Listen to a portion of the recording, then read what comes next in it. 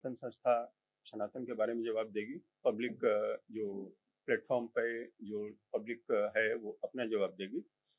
मैं कुछ अपना वक्तव्य दे देता हूँ, फिर आपके प्रश्नों को टेक ऑन करूँगा। जिस दिन 24 अक्टूबर 2008 को मुझे उठाया तो मैं मॉर्निंग वॉक पर था। एटीएस के अधिकारी थे, उन्होंने कहा एटीएस पुणे चलने का है। मैं तुरंत उनके साथ गया और 5 दिन मुझे लीगल कस्टडी में रखा। मेरे नहीं रहने पर 24 तारीख को ही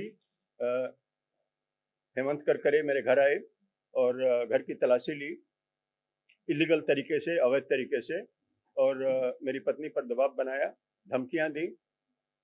बाद में मेरी बेटियों के जिनकी शादी हो गई थी उनके घर में तलाशी ली गई मुझ पर मानसिक दबाव बनाने के लिए, साइकोलॉजिकल दबाव बनाने के लिए। बेटे को का जबड़ा तोड़ने के लिए धमकी दी, तुम्हारी बेटियों को तुम्हारे सामने रेप करेंगे, तुम्हारी पत्नी को तुम्हारे सामने नंगा घुमाएंगे, इस तरह की धमकियां दी गई। बेरहमी से मारा गया, पीटा गया। और नार्को टेस्ट के लिए हम लोग पहले ही दिन तैयार हुए। नार्को टेस्ट की रिपोर्ट जो है 3 बार नार्को टेस्ट हुआ। नार्को टेस्ट की सारी रिपोर्ट हमारे पक्ष में थी, इसलिए उसे पेश नहीं किया गया। मैंने आरटीआई में उसे प्राप्त किया और कोर्ट में लगा दिया। सारे जजों को पहले दिन से पता है कि हम लोग निर्दोष हैं।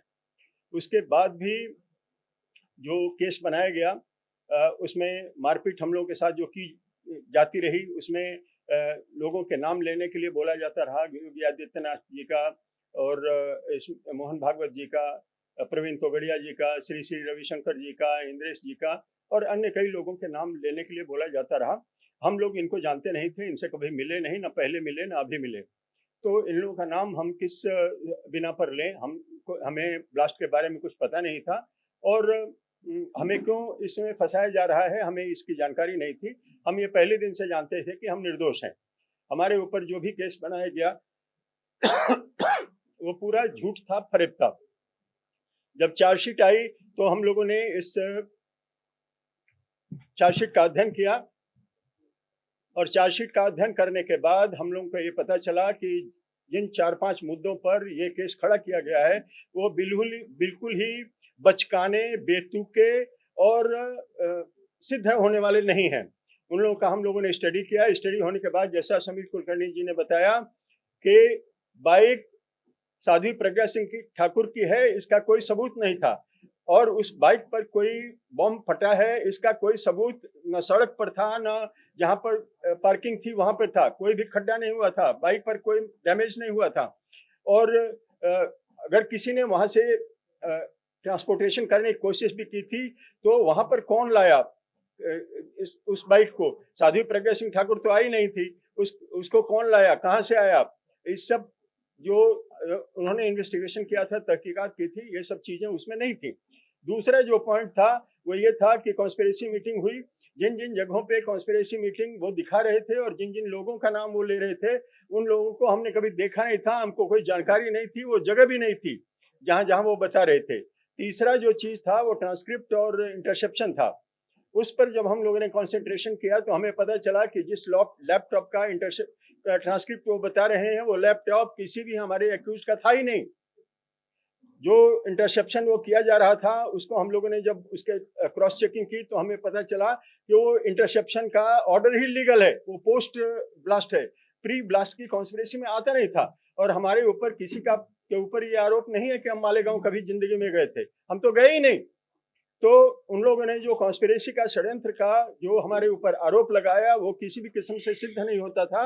और जो जिन लोगों पर हमें बचाने का, एक सिटीजन को, एक नागरिक की सुरक्षा करने का दायित्व था, वो जो महाराष्ट्र के गृह सचिव थे उन पर जो ये दायित्व था वो उन्होंने आंख बंद करके एटीएस के दरखास्त पर कि हम पर एमसीओसी लगाया जाए, हमारे ऊपर यूएपीए लगाया जाए, हमारा टेलीफोन का इंटरसेप्शन किया जाए और हमें चार्जशीट फाइल करने से पहले टेररिस्ट का गैंग का सदस्य माना जाए, इन सब चीजों पर दस्तखत किए।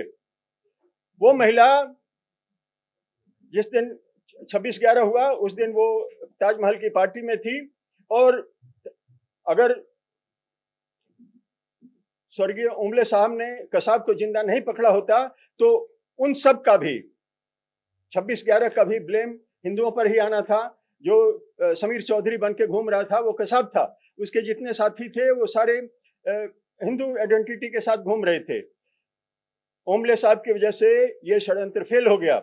हम लोगों ने जो जो पॉइंट्स निकाले वो हमने अपने वकीलों को दिए। आज हम उनके आजीवन आभारी रहेंगे। हमारे वकीलों ने उसको कोर्ट में रखा और अच्छी तरह से उसको प्रोड्यूस किया। श्री समीर कुलकर्णी जो थे उन्होंने अपना केस खुद लड़ा, यहाँ से लेकर सुप्रीम कोर्ट तक, और हम लोगों का केस हमारे माननीय वकीलों ने लड़ा। हमारा केस श्री सुदीप पासबोला जी लड़ रहे थे जो रिनोन्ड क्रिमिनल लॉयर हैं। और जब सारे के सारे विटनेसेस आए तो 323 विटनेसेस में करीब 40 विटनेस होस्टाइल हो गए। होस्टाइल वो इसमें मोदी सरकार के आने के बाद नहीं हुए, वो पहले हो चुके थे, उन्होंने अपना बयान पहले दिया हुआ था। ये सरकार आने के बाद हमें किसी ने प्रताड़ना नहीं दी, हमें किसी ने अपमानित नहीं किया। हम इस सरकार के बहुत आभारी हैं और भारत की जनता के आभारी हैं जिन्होंने 2014 में उस सरकार को बदल दिया जो सरकार जो हमारे ऊपर ये झूठे आरोप लगा रही थी। आज रिलीज होने के बाद 2017 में रिलीज होने के बाद हमने इस मामले को राष्ट्रीय और अंतर्राष्ट्रीय स्तर पर स्टडी किया और हमने ये पाया कि ये मालेगांव की कॉन्स्पिरेसी तो छोड़ दीजिए, ऑपरेशन हिंदू ISI के डेस्क 10 द्वारा चलाया जा रहा था। MSS, चाइना का MSS, CIA और डीप स्टेट इसकी फंडिंग कर रहे थे। कुछ एक जो पत्रकार, बिकाऊ पत्रकार हैं, वो इसके साथ थे। जो कम्युनिस्ट थे उसको हवा दे रहे थे। कांग्रेस के कुछ एक पॉलिटिशियन वो इसके साथ लगे हुए थे, इसके साथ मिले हुए थे। कांग्रेस के पॉलिटिशियन वो सारे बिकाऊ थे, वो पाकिस्तान जाते थे और इसमें वहां से फंडिंग लेके आते थे या क्या लेके आते थे वो जाने। इन सब ने मिलकर ये इंटरनेशनल कॉन्स्पिरेसी को अंजाम दिया और मालेगांव ब्लास्ट को किया। मालेगांव ब्लास्ट को करने के बाद हिंदुओं को पकड़ के उसमें करना का है, तो हम लोग जो एक दूसरे को नहीं जानते थे, हिंदुत्व का काम करते थे, लोगों में जागृति फैलाने का काम करते थे, आने वाले खतरों से आगाह करते थे कि जो मौलवी है फादर है, चादर है फादर है, और जो कम्युनिस्ट हैं ये हमारे हिंदुत्व पे हिंदुओं को तोड़ने का प्रयास कर रहे हैं। जाति के नाम पर विभाजित करेंगे, भाषा के नाम पर विभाजित करेंगे, आर्यन और अनार्य पर, द्रविड़ पर विभाजित करेंगे, अनेक जातियों पर विभाजित करेंगे। इन सब खतरों से हम लोग जो समाज में घूम रहे थे, इन सब चीजों से आगाह कर रहे थे और इसलिए हम उनके टारगेट पर थे। हम लोग का कोई गैंग नहीं था, हम शायद ही किसी एक दूसरे को जानते थे। हम लोग जब इसमें पुलिस कस्टडी में मिले तो हम लोग एक दूसरे के लिए अनजान थे।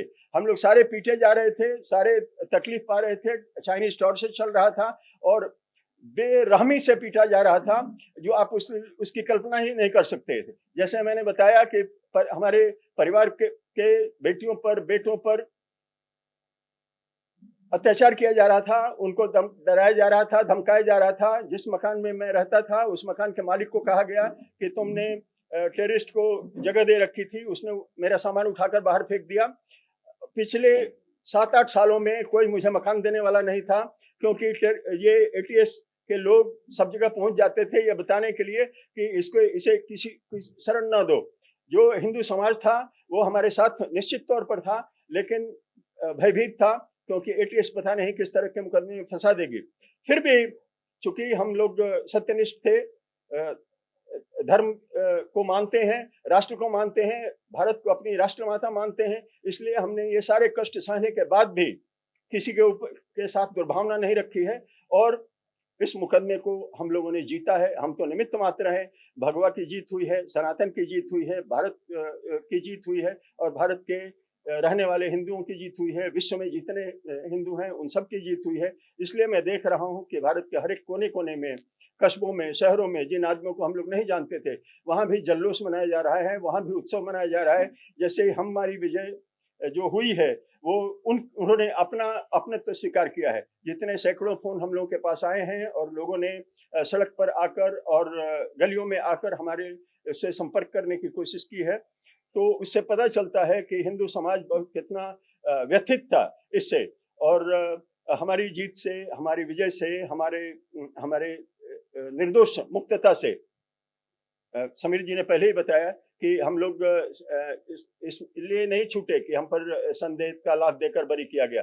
हमें इसलिए छोड़ा गया कि सबल पुरावा नहीं था, ठोस सबूत हमारे खिलाफ नहीं थे, कोई भी एविडेंस वो प्रूव नहीं कर सके। इस वजह से हम छूटे हैं, और हम इसलिए छूटे हैं कि हम पहले दिन से निर्दोष थे। हमें 9 साल जेल में रखा गया, 17 साल हम लोगों को परेशान किया गया। इसके लिए जो भी आदमी दोषी हैं उनको भारत सरकार उनका इन्वेस्टिगेट करे, उन्हें सजा देना है तो सजा दे।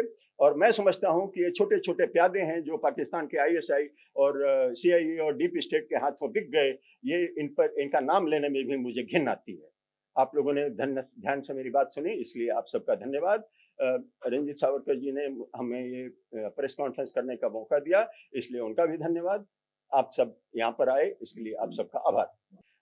जो बहुत विनम्रता से मैं कहना चाहता हूँ कि 2009 में पीएम मोदी जो थे वो चीफ मिनिस्टर थे, और उनके ऊपर मौत का सौदागर और पता नहीं क्या क्या कहा जा रहा था।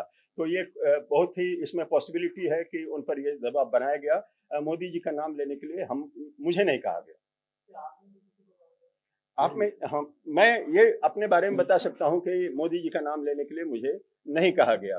साध्वी जी को कहा गया होगा, ये पॉसिबिलिटी हो सकती है, लेकिन कंफर्म तो वही करेंगे।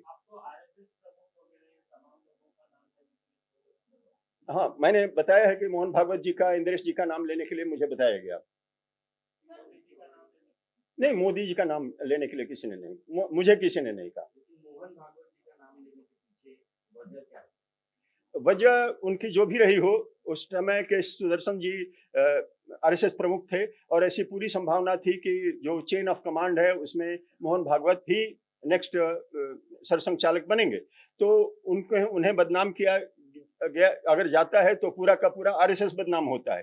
तो ऐसी चाल रही होगी राष्ट्रीय और अंतरराष्ट्रीय स्तर पर कि उन्हें बदनाम किया जाए, उन्हें उठाया जाए। योगी आदित्यनाथ तो एक सांसद थे और गोरक्ष प्रांत के जो पीठाधीश थे, महंत थे, तो उन्हें अगर प्रताड़ित किया जाता है या उन्हें इस केस में उठाया जाता है, तो मुझे ऐसा लगता है कि नेपाल के हिंदुओं पर और यहाँ के हिंदुओं पर एक बहुत ही बड़ा उपहास भी होगा और उनमें डिमोरलाइजेशन भी होगा।